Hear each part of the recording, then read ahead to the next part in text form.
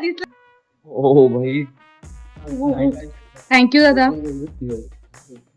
की त्याला खूप लोक मारतात की हा नागासारखा दिसतो म्हणून, पण हा आपल्यासाठी नुकसान देणारा साप नाहीये. बिळातनं फक्त तोंड काढून बाहेर उभा राहिलेला असेल तर त्याला कसं ओळखायचं?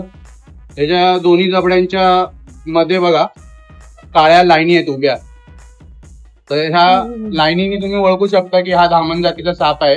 आणि त्याच्या बुगवळ्या बघा डोळ्यात आतमध्ये एक काळ्या रंगाची बाहुली आहे त्याच्या आणि बॉर्डर आहे पिवळ्या कलरची. तर बिळातनं तोंड काढलं तर तुम्ही ह्या गोष्टींनी ओळखू शकता की हा धामण जातीचा साप आहे. आणि कधी साप निघाला तर त्याला पकडायचा प्रयत्न करू नका, मारायचा प्रयत्न करू नका. वन विभाग किंवा सर्पमित्रांना कॉल करा, ते येतील, त्याला सुरक्षित धरतील आणि त्याच्या नैसर्गिक आदिवासात निसर्गमुक्त करतील. काय तर अजून एक पिल्ल वगैरे असण्याची शक्यता आहे?